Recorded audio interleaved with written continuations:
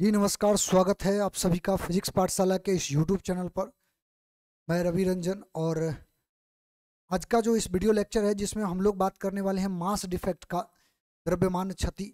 इससे पहला वाला जो लेक्चर था उसमें हम लोगों ने न्यूक्लियस के बारे में पढ़ना शुरू कर लिया था, क्योंकि न्यूक्लियर फिजिक्स हम लोग पढ़ रहे हैं और उसको अलग अलग कैटेगरी में हम लोगों ने बांटा था।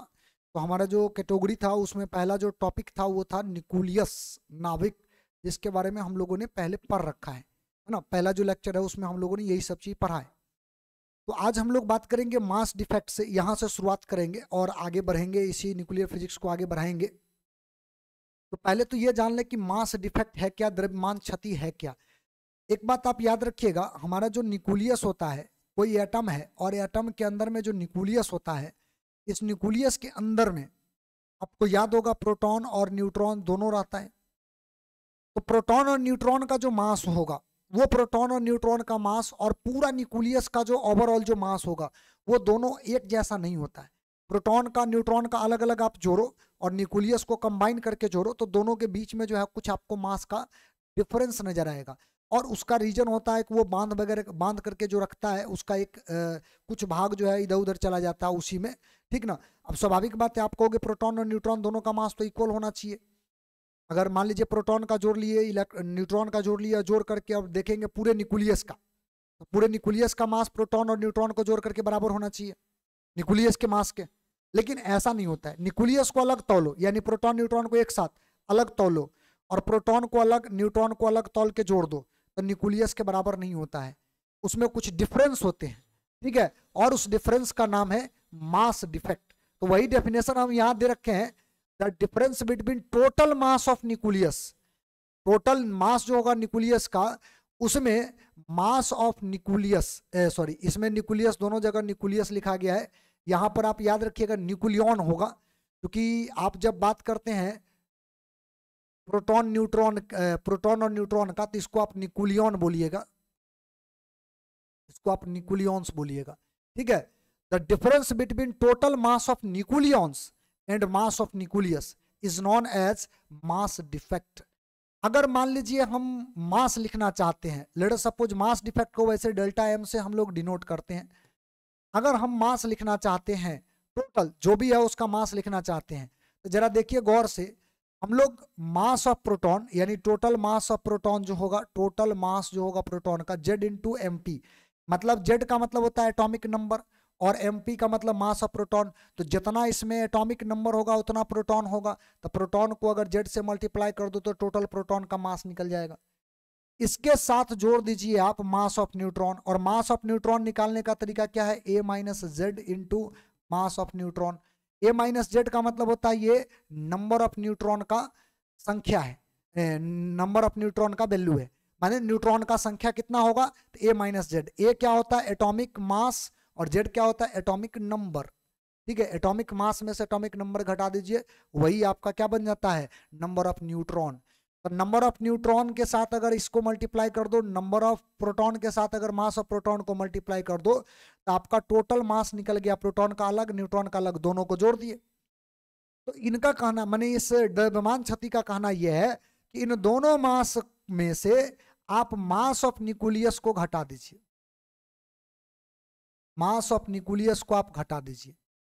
तो न्यूक्लियस के मास को जब आप घटा देते हैं तो यही आपका कहलाता है द्रव्यमान क्षति।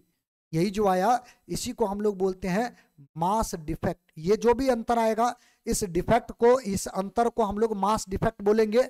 और ये फॉर्मूला आपको याद रख लेना है, वो यार अगर आपको नहीं याद रहे तो ये याद रखना, जेड का मतलब होता है एटॉमिक नंबर, हम लिख दे रहे हैं, पहली बार इस चीज को बता रहे इसलिए, atomic number, atomic number, that means परमाणु संख्या, ये परमाणु संख्या होगा।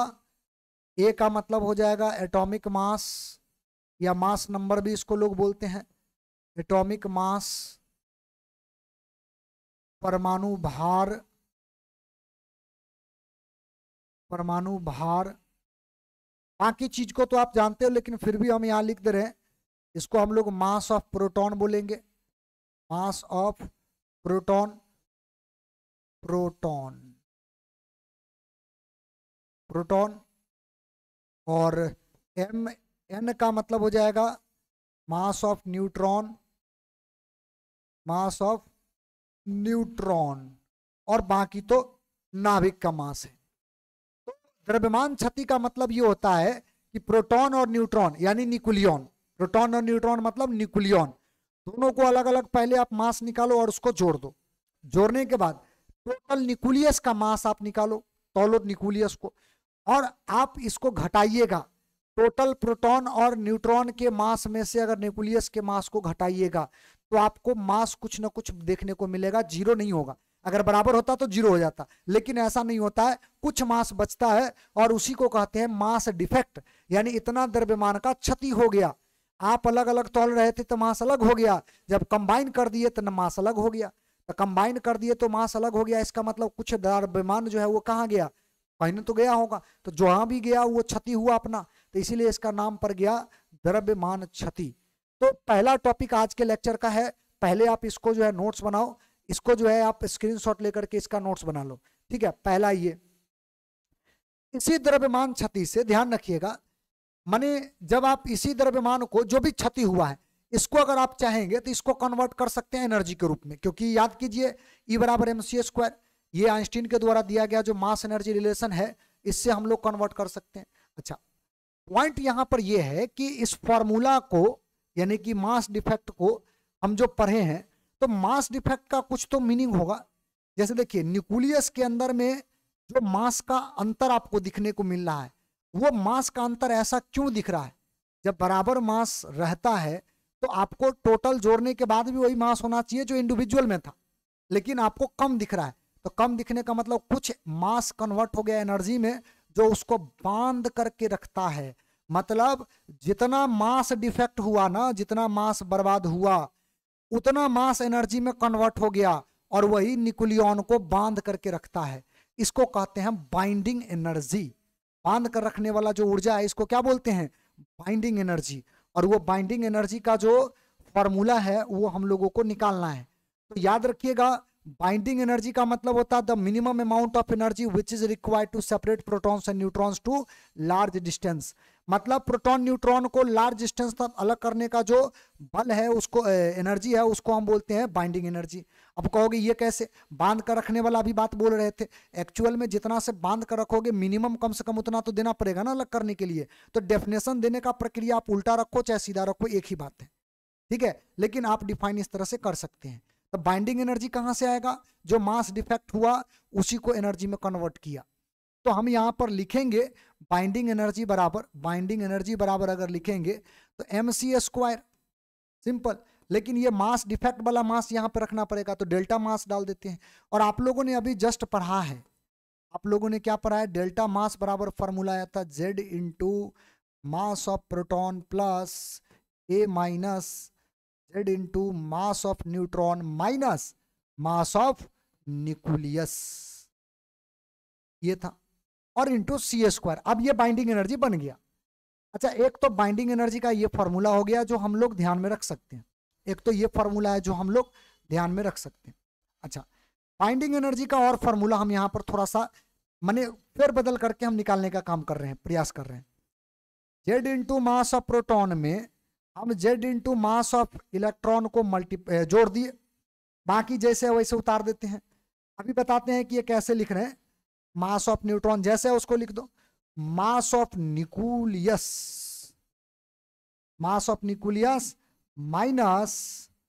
Minus Z into mass of electron कर देते हैं इंटू C²। अगर गौर कीजिएगा तो Z into mass of electron इधर प्लस में है, इधर माइनस में, ये दोनों कट जाएगा तो फिर यही बचेगा। लेकिन इससे फायदा क्या होगा? देखिए, इससे फायदा ये होगा कि आप इसको तब्दील कर सकते हैं फार्मूला में। Z कॉमन हो जाएगा तो मास ऑफ प्रोटॉन और मास ऑफ इलेक्ट्रॉन। याद रखिएगा, मास ऑफ प्रोटॉन और मास ऑफ इलेक्ट्रॉन दो अगर जुट जाए तो ये हाइड्रोजन एटम बना लेता है। मास ऑफ प्रोटॉन और मास ऑफ इलेक्ट्रॉन अगर जुट जाए तो वो ऐसा प्रॉपर्टी तो केवल हाइड्रोजन में ही पाया जाता है, जिसमें न्यूट्रॉन नहीं हो। वो कौन है पूरे पीरियोडिक टेबल में? वो कौन है? तो वो हाइड्रोजन है। तो इलेक्ट्रॉन प्रोटॉन ही केवल उसमें होता है एगो। तो हम इन दोनों को जो Z को कॉमन कर लिए, इन दोनों को जोड़ देंगे तो हाइड्रोजन जैसा व्यवहार करेगा ये हाइड्रोजन का जो है ये मास हो गया। अच्छा, बाकी जैसे है उसको वैसे ही आप उतार दो, a minus Z into mass of neutron. अब गौर कीजिएगा, अगर हम माइनस करें कॉमन तो मास ऑफ न्यूक्लियस और प्लस में ये प्लस हो जाएगा, माइनस कॉमन कर ले तो न्यूक्लियस में अगर टोटल इलेक्ट्रॉन का मास जोड़ देंगे तो एटम का मास नहीं हो जाएगा, कोई भी परमाणु का वो मास हो जाएगा, क्योंकि न्यूक्लियस जो होता है उसके बाहर में इलेक्ट्रॉन होते हैं, इलेक्ट्रॉन को भी अगर जोड़ दो तो टोटल परमाणु का मास हो जाएगा। तो हम क्या करते हैं ना, इन दोनों को जोड़ देते हैं और इन दोनों को जोड़ करके लिखेंगे मास ऑफ एटम। नहीं हो तो यहां पर आप लिख लेना मास ऑफ एटम, जो भी एटम होगा उसका मास और सी का स्क्वायर। तो एक बाइंडिंग एनर्जी का आपका फॉर्मूला जो है ये भी देखने को मिलेगा, एक जो है बाइंडिंग एनर्जी का ये भी फॉर्मूला आपको देखने को मिलेगा। ठीक है, तो बाइंडिंग एनर्जी का दो फॉर्मूला। बाइंडिंग एनर्जी कौन है? जो न्यूक्लियन को बांध के रखता है या न्यूक्लियन को सेपरेट करने के लिए जितना मिनिमम एनर्जी का रिक्वायरमेंट है उसी को कहते हैं बाइंडिंग एनर्जी, बंधन ऊर्जा। बांध कर रखने का ऊर्जा को बंधन ऊर्जा, या अलग करने के लिए जितना ऊर्जा देना पड़ता है उसी को बंधन ऊर्जा। स्वाभाविक बात है, जितना बंधन ऊर्जा होगा बांध कर रखने का उतना ही अलग करने का भी होगा, तो दोनों को बाइंडिंग एनर्जी आप बोल सकते हैं। ठीक है, तो ये बाइंडिंग एनर्जी का डेफिनेशन हो गया। तो बाइंडिंग एनर्जी का डेफिनेशन और फॉर्मूला ये दोनों का स्क्रीनशॉट लो, नोट करो और ये याद रखना, न्यूमेरिकल सॉल्व करने में ये बहुत हेल्प करेगा। आने वाला समय में हम एक आध दो न्यूमेरिकल भी देखेंगे, अभी चाहे अभी ये देख लेते हैं, पहले न्यूमेरिकल की ही बात कर ले, एगो न्यूमेरिकल का। चलो एक न्यूमेरिकल का पहले बात कर ले। मान लीजिए हमको यहाँ पर दे रखा है, कह रहा है calculate the binding energy of alpha particle. Alpha particle का, अल्फा जो होता है उसका हमको बाइंडिंग एनर्जी निकालना है। अल्फा का मतलब होता है हीलियम परमाणु, एक बात याद रखना, हीलियम परमाणु जो होता है उसको अल्फा बोलते हैं। तो हमको डाटा बोला है, ये दिया हुआ है, इस डाटा को लेकर के आप बाइंडिंग एनर्जी निकाल के बताइए क्या होगा। देखिए, तो अभी जस्ट हम लोगों ने बाइंडिंग एनर्जी का फॉर्मूला देखा, ऐसे ही डाटा दिया रहेगा और आपको केवल बाइंडिंग एनर्जी का फॉर्मूला लगाना है। 2 नंबर के लिए ये सब क्वेश्चन दिया जाता है न्यूमेरिकल। देखो कैसे निकालते हैं। तो बाइंडिंग एनर्जी बराबर क्या होता है आपका, बाइंडिंग एनर्जी का जो फॉर्मूला होता है वो क्या होता है, Z इंटू हाइड्रोजन का मास, या सीधे बोल दो हाइड्रोजन, सीधे तौर पे आप नहीं हो ना तो इसको ऐसे भी लिख सकते हैं, वहां पर जो लिखे थे वैसे समझ जाना, ये हाइड्रोजन का मास ही लेना है। हाइड्रोजन एटम बोले तो हाइड्रोजन का मास, क्योंकि प्रोटॉन इलेक्ट्रॉन को जोड़ करके हम लाए थे। ठीक है, हाइड्रोजन का मास यहाँ पे रख देना प्लस, उसके बाद फिर जो है आपका जो फॉर्मूला था वो A minus Z into mass of neutron, ये आया था, मास ऑफ न्यूट्रॉन आया था। अच्छा, उसके बाद फिर आपका जो फॉर्मूला था उसमें था मास ऑफ एटम, जो एटम था मास ऑफ एटम, वो मास ऑफ एटम आपको यहाँ पर रख देना है। क्योंकि हीलियम एटम की बात कर रहा है तो यहाँ पर हम लोग मास जो रखेंगे वो किसका रखेंगे, हीलियम एटम का रखेंगे। ठीक ना, और C का स्क्वायर, ये फॉर्मूला था। आप गौर कीजिए, हाइड्रोजन का मास दे रखा है AMU में, U का मतलब AMU है, याद रखना यहाँ पर U का मतलब AMU है। और इसका एनर्जी के फॉर्मेट में हम पिछला जो लेक्चर था उसमें आपको बताए थे, इतना mega electron volt over C square इसका वैल्यू होता है। तो एक AMU का मतलब एक U, उसी को AMU में इस तरह से बोलते हैं। ठीक ना, ये डाटा आपको याद रख लेना है, ये डाटा आपको कहीं पर देगा नहीं, हो सकता है कहीं कहीं दे, लेकिन सामान्य तौर पर ये देता नहीं है, आप इसको याद रख लीजिएगा। अब देखो H हाइड्रोजन एटम का मास यहाँ रख दो, Z का नंबर कैसे निकालोगे, तो Z का मतलब एटॉमिक नंबर, तो हीलियम परमाणु का एटॉमिक नंबर 2 है, यहाँ डाल देना 2, इसका मास जो है यहाँ डाल दो। A का मतलब होता है एटॉमिक मास, और ये जो होता है 4 जो उसका पावर है, यानी कि हीलियम का वैल्यू जो है वो एटॉमिक मास वो 4 है, तो यहाँ पे 4 रखो, एटॉमिक नंबर 2 है 2 रखो, 4 माइनस 2, और न्यूट्रॉन का मास दे रखा है। फिर मास ऑफ हीलियम एटम का मास यहाँ पर दे रखा है, और बाकी रख करके आपको सॉल्व कर देना है। बहुत सिंपल तरीका से इसको हल किया जाएगा। अब देखिए, Z का वैल्यू क्या रखना है 2, हाइड्रोजन का मास कितना है जो भी है रख दो, कितना है 1.0072825 इंटू U। देखो एक बात ध्यान रखना, एक भी अंक छोड़ना नहीं, जितना है उतना आपको लिखना पड़ेगा। ठीक ना, चलिए आगे बढ़ जाते हैं। U जो है ना, U को बाहर कर लेंगे क्योंकि सब में U आ जाएगा, इसमें इसमें इसमें इसमें सब में U आएगा तो बाहर कर लेंगे। ठीक ना, तो इसमें डायरेक्ट जो है इसका वैल्यू रखते हैं A का मान, A बोले तो एटॉमिक मास है 4, तो 4 माइनस 2 एटॉमिक नंबर, और मास ऑफ न्यूट्रॉन कितना है भाई, तो यहाँ से आप डाल दो 0.0086665, यू तो बाहर कर लिए हैं। मास ऑफ हीलियम, हीलियम का मास यहाँ से डायरेक्ट रख दो। और अच्छा, हमारे ख्याल से यहाँ पर कुछ गड़बड़ कर रहे हैं हम, और गड़बड़ ये कर रहे हैं कि यहाँ पे माइनस होना चाहिए और हम फार्मूला में प्लस लगा रहे हैं, ये माइनस हो जाएगा। देख लेते हैं फार्मूला में गड़बड़ तो नहीं किए हैं, फार्मूला में हमने सही लिखवाया है, वही है। चलिए देखते हैं, ये 4.0026 फिर 00 और u सबका बाहर और सी स्क्वायर भी बाहर। सी स्क्वायर तो पहले से बाहर है, u सबका बाहर, ठीक है। और अब थोड़ा सा कैलकुलेशन पर आ जाते हैं। देखिए 2 से मल्टीप्लाई कीजिए, 5 दूना 10, 2 दूना 4 और 1 5, 8 दूना 16,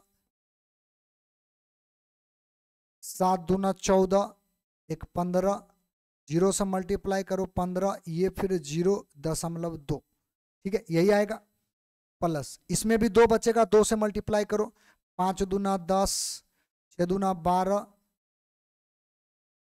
5 दूना 10, 6 दूना 12, 12 और 1 13, 6 दूना 12, 1 13, 8 दूना 16, 17 1, फिर ये 0 और 0.2, ठीक है।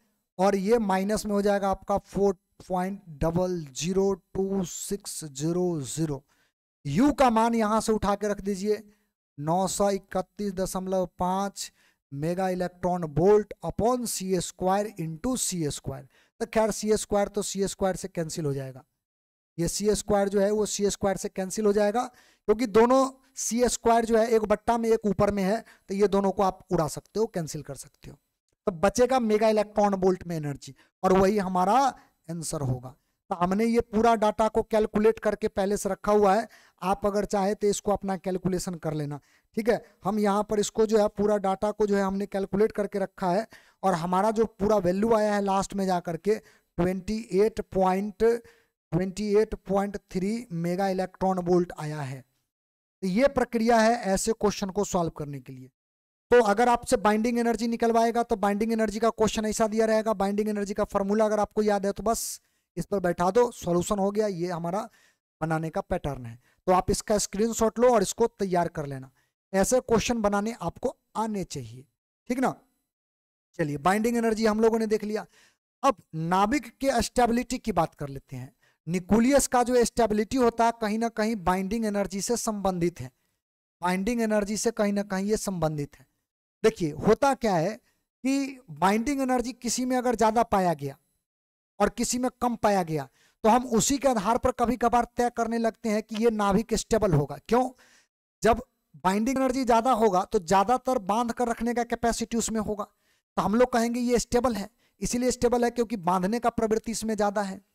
और जिसमें कम होगा बाइंडिंग एनर्जी, हम कहेंगे इसको तो कम बांध के रखा जा सकता है, तो इसलिए ये कम स्टेबल होगा, अनस्टेबल होगा। जबकि ये नहीं है।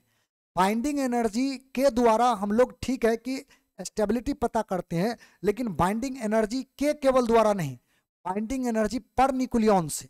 माने आप बाइंडिंग एनर्जी निकालिए और उसका बट्टा न्यूक्लियन, जो भी नंबर ऑफ न्यूक्लियन होगा उस न्यूक्लियन से आप भागा दीजिए, और इन दोनों का रेशियो जिसमें ज्यादा आपको देखने को मिले वो ज्यादा स्टेबल, और जिसमें कम देखने को मिले वो कम स्टेबल। याद रखिएगा इस बात को। बाइंडिंग एनर्जी नहीं, केवल बाइंडिंग एनर्जी पर न्यूक्लियन। जैसे उदाहरण के लिए हम लिए हैं यहाँ पर आपके सामने दो एलिमेंट, दो नाभिक ए और बी। ए का नंबर ऑफ माने द्रव्यमान संख्या, या इसको बोल दीजिए नंबर ऑफ न्यूक्लियन भी बोल सकते हो आप, ये न्यूक्लियंस है। नंबर ऑफ न्यूक्लियंस 100 और बी का है 150, ठीक ना। और बाइंडिंग एनर्जी जो है ए का 200 मेगा इलेक्ट्रॉन वोल्ट है और बी का 250 मेगा इलेक्ट्रॉन वोल्ट। ये माने हैं हम, ये उदाहरण हम दे रहे हैं आपको। अब एक बात बताइए, अगर हम बाइंडिंग एनर्जी पर न्यूक्लियन निकालेंगे तो इसका दोनों का रेशियो निकालो, 200 और बट्टा में ये, तो आपका बाइंडिंग एनर्जी पर न्यूक्लियन क्या आएगा? 2 आएगा, 2 मेगा इलेक्ट्रॉन वोल्ट आएगा, यही आएगा पर न्यूक्लियन। माने 2 mega electron volt per nucleon आएगा, है ना। पर न्यूक्लियन ऐसे कर लो आप, न्यूक्लियन, ठीक ना। और इसका अगर आप निकालोगे इसका, तो 250 बट्टा 150, तो 0 से 0 खत्म हो जाएगा, 5 या 15 3, यानी कि ये आपका जो देगा 5/3 मेगा इलेक्ट्रॉन वोल्ट पर न्यूक्लियॉन्स ये देगा। अब इन दोनों में अगर गौर करोगे तो बाइंडिंग एनर्जी पर न्यूक्लियॉन, बाइंडिंग एनर्जी पर न्यूक्लियॉन किसका ज्यादा है, ए का ज्यादा है, और बाइंडिंग एनर्जी पर न्यूक्लियॉन से, बाइंडिंग एनर्जी पर न्यूक्लियॉन से, ठीक है, तो इससे ज्यादा है, बी से ज्यादा है। इसीलिए अगर आपको पूछा जाए कि बताइए दोनों में स्टेबल ज्यादा कौन, तो याद रखना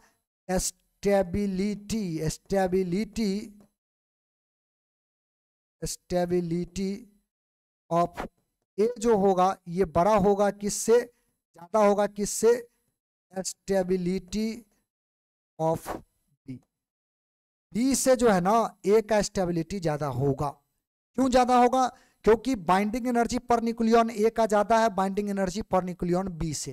तो ये बात आपको विशेष तौर पे याद रखना है, बाद में जाकर के काम आएगा। कहेगा दूगो एटम दूगो न्यूक्लियस दे करके और आपसे कहेगा कि बताइए इसमें से कौन ज्यादा स्टेबल कौन कम स्टेबल है, तो उसका स्टेबिलिटी ज्ञात करने का जो तरीका है वो यही है, बाइंडिंग एनर्जी पर न्यूक्लियॉन। तो पहली बात बाइंडिंग एनर्जी और बट्टा न्यूक्लियॉन कर दो, जिसका ये रेशियो ज्यादा आ गया वो ज्यादा स्टेबल, जिसका कम आया वो कम स्टेबल, ठीक है। केवल बाइंडिंग एनर्जी से तय नहीं करना है, ये पॉइंट आप याद रखना।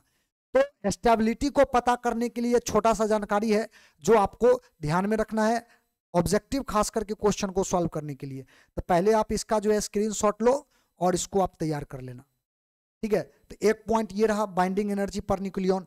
अच्छा अभी जो है ना बाइंडिंग एनर्जी पर न्यूक्लियॉन या बाइंडिंग एनर्जी और बट्टा एटॉमिक नंबर को लेकर के एक छोटा सा ग्राफ देखते हैं और उसके आधार पे हम लोग पूरे पीरियोडिक टेबल में जितने एलिमेंट हैं उसका स्टेबिलिटी लेवल जो होता है कैसे होता है, कैसे डिसाइड होता है, उसके लिए एक छोटा सा ग्राफ आपके सामने हम रखेंगे।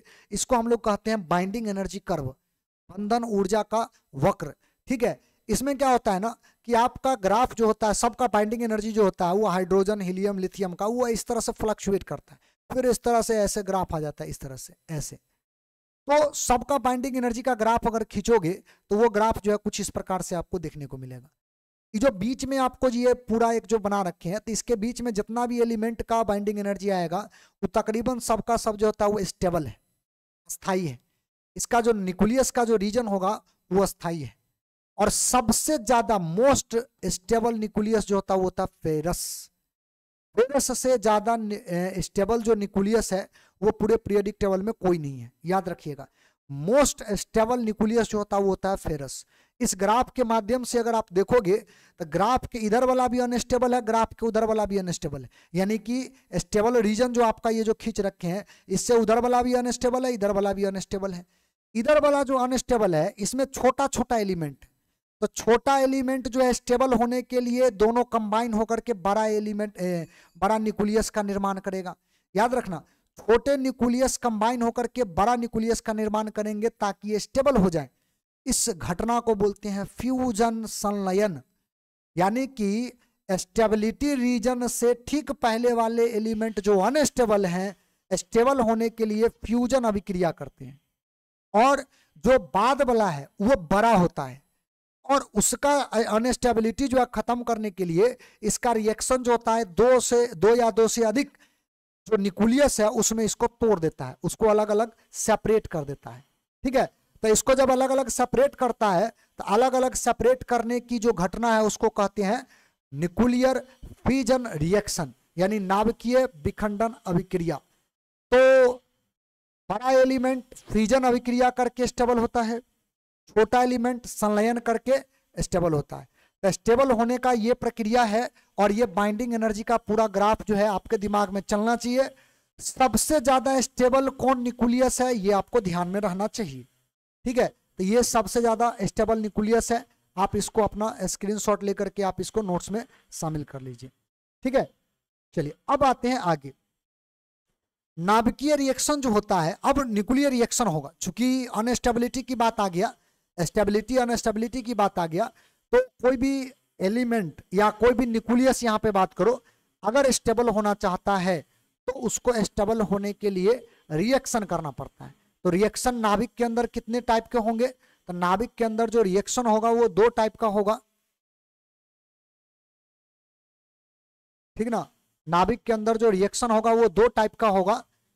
एक रिएक्शन को बोलते हैं एक्सॉर्टिक रिएक्शन, जो उष्माक्षेपी होगा, और एक जो होगा इंडोर्जिक रिएक्शन, जो उष्माशोषी होगा।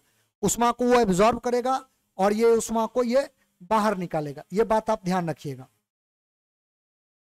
ठीक है। तो ये उष्मा को बाहर निकालेगा, वो उष्मा को एब्जॉर्ब करेगा।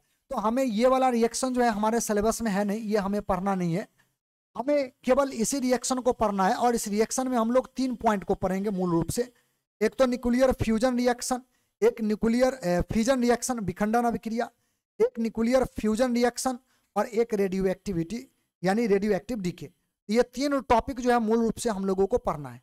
तो पहले आप हेडिंग बना करके न्यूक्लियर रिएक्शन का टाइप को इस तरह से बना लो, और इसके बाद एक एक करके हम सबका जो है बात करना शुरू करेंगे। लेकिन उससे पहले अगर रिएक्शन हुआ तो रिएक्शन होने के बाद एनर्जी जो है ना उसमें से निकलेगा, और जो एनर्जी निकलेगा उस एनर्जी को हम लोग यहाँ पर क्यू वैल्यू बोलेंगे, क्यू वैल्यू, ठीक है।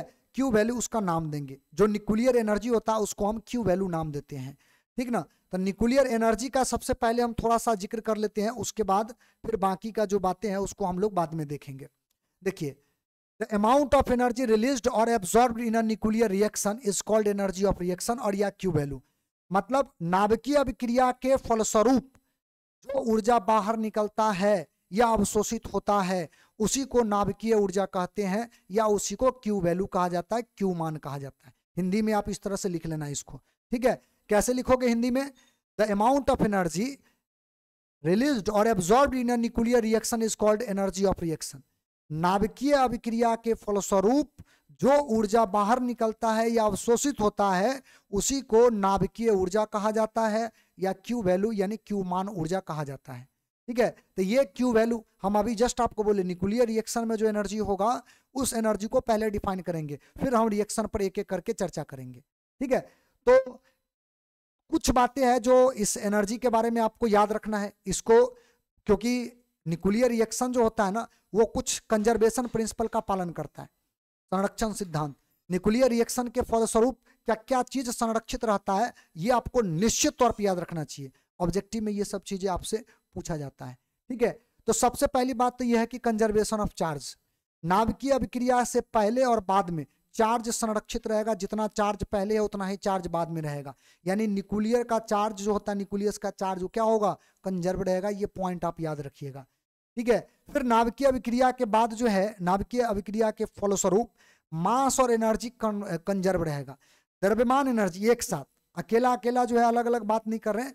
मास एनर्जी में कन्वर्ट होगा या एनर्जी मास में कन्वर्ट होगा, यानी कि दोनों का जो कॉम्बिनेशनल फॉर्म है ना वो हमेशा क्या होना चाहिए, संरक्षित होना चाहिए। किसमें? नाभिकीय अभिक्रिया से पहले या नाभिकीय अभिक्रिया के बाद, दोनों में अगर देखोगे तो मास एनर्जी जो होता है वो इक्वल होना चाहिए। फिर तीसरा पॉइंट ये है, कंजर्वेशन ऑफ लीनियर मोमेंटम का भी ये पालन करेगा। रेखीय संवेग का संरक्षण रहेगा, यानी कि रेखीय संवेग जो होगा उसका ये संरक्षण का पालन करेगा। साथ में कोणीय संवेग का भी ये संरक्षण का पालन करेगा, और स्पिन का, चक्रण का भी, चक्रण याद रखना। जैसे अगर ऊपर घूम रहा है तो ऊपर घूमने वाला ही दूसरा साइड में, रिएक्शन के साइड में आपको देखने को मिलेगा, ठीक है, या किसी और फॉर्मेट में वहां पे आपको दिखेगा। लेकिन स्पिन का कंजर्वेशन होगा, लीनियर मोमेंटम का कंजर्वेशन होगा, एंगुलर मोमेंटम का कंजर्वेशन होगा। यानी इन तमाम कंजर्वेशन प्रिंसिपल का ये पालन करेगा कौन? नाभिकीय अभिक्रिया। न्यूक्लियर रिएक्शन में इन तमाम तरह के जो कंजर्वेशन प्रिंसिपल होते हैं इसका पालन किया जाता है। इसके अलावा लास्ट में एक और चीज का ये पालन करेगा, वो है न्यूक्लियन कंजर्वेशन। माने नंबर ऑफ न्यूक्लियन जो पहले था वही बाद में रहेगा। जितना प्रोटॉन न्यूट्रॉन पहले था उतना ही प्रोटॉन न्यूट्रॉन बाद में भी रहेगा। तो ये तमाम तरह के 5 तरह का जो कंजर्वेशन प्रिंसिपल है, इस प्रिंसिपल का पालन करता है न्यूक्लियर रिएक्शन। अब न्यूक्लियर रिएक्शन न्यूक्लियर एनर्जी, या हाँ सही बात है, ये न्यूक्लियर रिएक्शन ही पालन करता है। और न्यूक्लियर एनर्जी जो है, इस न्यूक्लियर एनर्जी को निकालने का हमें अभी जो है एक फार्मूला डेवलप करना है, और वही फार्मूला आगे जितना भी रिएक्शन होगा सब में अप्लाई हम करेंगे, ठीक है। तो न्यूक्लियर एनर्जी का फार्मूला कैसे लाएंगे? देखो एक एग्जांपल लेते हैं। मान लीजिए ए और बी एक साथ रिएक्ट किया, दो नाभिक रिएक्ट किया, रिएक्शन करने के बाद वाई और बी बनाया, माने 2 तरह का उधर न्यूक्लियस बनाया। मान लेते हैं रिएक्शन से पहले इसका मास m1 था, इसका मास m2 था, लेकिन रिएक्शन के बाद इसका मास जो है m3 और m4 में बदल गया। इससे पहले इसका काइनेटिक एनर्जी k1 k2, इसका काइनेटिक एनर्जी k3 और k4 के रूप में था। तो हमने आपको पहले भी बताया था कि कंजर्वेशन प्रिंसिपल क्या बोलता है, पहले का एनर्जी बाद का एनर्जी बराबर होगा, मास एनर्जी की बात कर रहे हैं, मास एनर्जी पहले का और बाद का जो मास एनर्जी होगा वो क्या होगा, इक्वल होगा, ठीक ना। तो ये दोनों का जो मास एनर्जी जो होता है वो अगर आप जोड़ दो, जैसे इसका अगर मान लो पूरा मास एनर्जी निकाले, इसका मास एनर्जी निकाले टोटल, तो दोनों का दोनों बराबर होना चाहिए, ठीक है। तो जो थियरी कहा है उस थियरी के आधार पे हम बात करते हैं। देखो इसका मास एनर्जी निकालो तो m1 इंटू c², इसका जो मास एनर्जी होगा यही होगा, और इसका काइनेटिक एनर्जी क्या है k1। तो ये दो एनर्जी जो आएगा, ये एनर्जी और प्लस फिर इसका भी लिखोगे आप m2 इंटू c², क्योंकि c तो सबका कांस्टेंट होता है, और इसका काइनेटिक एनर्जी k2। ये दोनों जोड़ करके जो आएगा वो रिएक्शन के दूसरे साइड वाले पार्ट का सबका बराबर होगा। इसका भी मास एनर्जी लिखो आप m3c² प्लस इसका काइनेटिक एनर्जी k3 है, प्लस इसका लिखोगे m4c² प्लस काइनेटिक एनर्जी 4। सही है। तो हम ऐसा करते हैं कि काइनेटिक एनर्जी को एक साथ और मास एनर्जी को एक साथ कर लेते हैं, दोनों साइड वाला।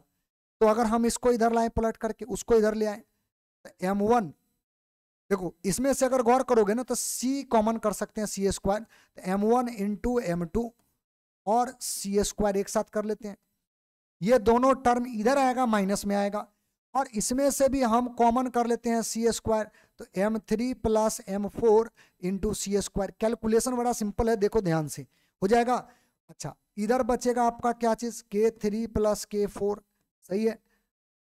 और ये दोनों टर्म k1 k2 उधर जाएगा, तो माइनस सीधे बोल देते हैं k1 प्लस k2, ये दोनों उधर जाकर के माइनस हो जाएगा, घट जाएगा।